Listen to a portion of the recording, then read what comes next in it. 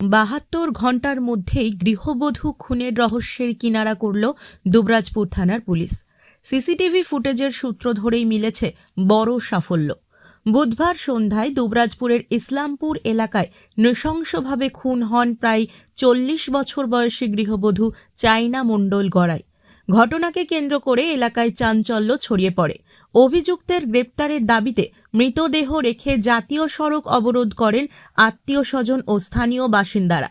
এরপরই তদন্তে জোর দেয় পুলিশ। ঘটনাস্থল থেকে নমুনা সংগ্রহের পাশাপাশি খতিয়ে দেখা হয় আশেপাশের সিসিটিভি ফুটেজ। তদন্তে উঠে আসে গুরুত্বপূর্ণ তথ্য।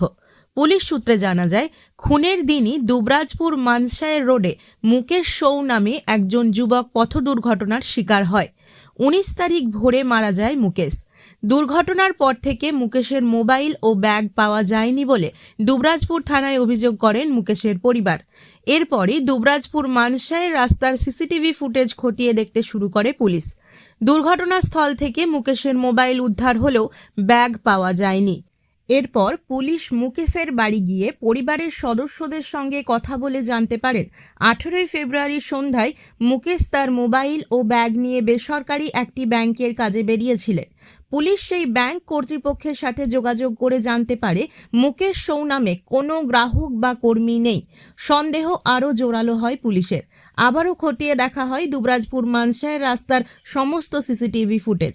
পথ দুর্ঘটনার আগের মুহূর্তে সিসিটিভি ফুটেজে মানসায়ের রাস্তায় কালো ব্যাগ হাতে হেঁটে যেতে দেখা যায় ওই যুবককে। কিছু দূর গিয়ে ব্যাগ ফেলে দেয় সে। তারপরেই আচমকা ট্রাকের তলায় পড়ে ওই যুবক। শনিবার সিসিটিভির এই সমস্ত ফুটেজ দেখে ঘটনাস্থলে পুলিশ গিয়ে তল্লাশি চালাতেই উদ্ধার হয় কালো পলিথিনের ভেতরে সেই ব্যাগ। দুবরাজপুর মানসায়ের রাস্তার পাশে পাঁচিলে ঘেরা একটি জায়গায় উদ্ধার হয় মুকেশের ব্যাগ। ব্যাগটির গায়ে লেখা ছিল মুকেশ শোয়ের নাম। মৃতার পরিবারের সদস্যদের উপস্থিতিতে ব্যাগ খুলতেই বেরিয়ে আসে চাঞ্চল্যকর তথ্য। ব্যাগের ভিতর থেকে উদ্ধার হয় রক্তমাখা সোয়েট শার্ট ও জিন্সের pant, Aadhaar card, PAN card, voter card, ট্রেনের টিকিট এবং মৃত চায়না গড়াইয়ের সোনার অলংকার সহ একাধিক সামগ্রী। এছাড়াও পাওয়া যায় একটি দা এবং একটি স্ক্রু ড্রাইভার, যা দিয়ে চায়না মণ্ডল গড়াইকে আঘাত করা হয়েছিল বলে অনুমান পুলিশের। দায়ের গায়ে লেগেছিল রক্ত ও ছেঁড়া চুল। অলংকারগুলি মৃতা চায়না মণ্ডল গড়াইয়ের, তা শনাক্ত করেছে মৃতার পরিবার। উল্লেখ্য, মুকেশ সৌ ছিলেন মৃতার বড় ছেলের বন্ধু এবং তাদের বাড়িতে তার আসা যাওয়া ছিল। তবে অভিযুক্ত শনাক্ত হলেও খুনি অধরা, কারণ ঘটনার দিনই পথ দুর্ঘটনায় মৃত্যু হয় মুকেশ শোয়ের। মৃতার স্বামী গৌতম গড়াইয়ের দাবি, টাকার লেনদেন সংক্রান্ত কারণেই এই মর্মান্তিক ঘটনা ঘটেছে। প্রদীপ দাসের রিপোর্ট, নিউজ বার্তা। দিলে আমাদের এই ছেলেই তো মার্ডার করেছে। মার্ডার করার পর বাড়িতে ওইখানে জামা কাপড় খুলে ওখানে ধোলাই করেছে বাথরুম ঘরে। ধোলাই করার পর এখন ব্যাগ এখানে ফেলে গেছে। ও নিজেই ডিসব্যালেন্স হয়ে গাড়ির চাকাতে নিজেই জীবনটা দিয়েছে। মুকেশ সাউ বাড়ি এই আমাদের কাওয়াটপাড়া।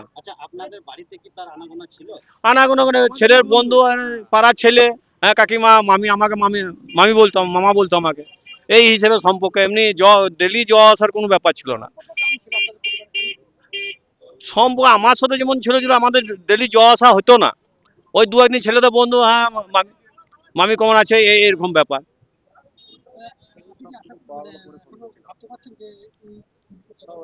হ্যাঁ, ই তো দোষী আছে, আরো এর সাথে যে কারো দোষী আছে সেটাকে বাই করতে হবে।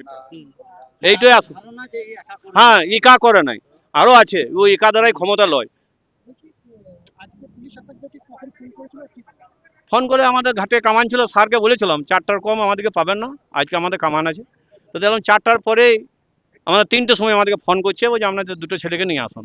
তারপর দুটো ছেলেকে যখন নিয়ে এলাম, তারপর আবার বলছে ছেলের বাবাকে নিয়ে আসুন। আমি ছেলের বাবা, আমি এলাম। দেখাইলো আমার স্ত্রী যে গয়না পড়ে আছে, গয়নাও পেয়েছি, নাকেরও পেয়েছি, হাতের বালাও পেয়েছি। 3টে জিনিস ছিল না, যে 3টে জিনিস থানাতে পাই, মানসারে পাই নাই, সেই 3টে জিনিস এখানে রয়েছে, পেয়েছি। আর যে অস্ত্র দিয়ে মেরেছে সে দুটো অস্ত্রও পেয়েছি, কাটারি প্লাস স্ক্রু ড্রাইভার চোখে মেরেছে, আর সোনা দিয়ে এখানে মেরেছে। ওর পয়সা পয়সা দেয় নাই, হতে পারে ওর মামি। হ্যাঁ, জানো তো মামির কাছে পয়সা থাকে, ও দেয় নাই বা ইয়ে করে। আর চেনা লোককে আর কি বলবো, ওই জন্য কুকুর লাগে নাই স্যার। আমার ছেলের বন্ধু, পাড়ারই বন্ধু সবারই। হ্যাঁ, ও ভাবছে পয়সা আছে, মামা তো বহুত পয়সা, মামির কাছে রাখতে দেয়, ওইটাও ও জানে। হ্যাঁ, না, ঠেট করলে তো আমার স্ত্রী বলতো, মুকেশ এরকম বলছে ওরকম। না, এরকম কোনদিনই জানে না।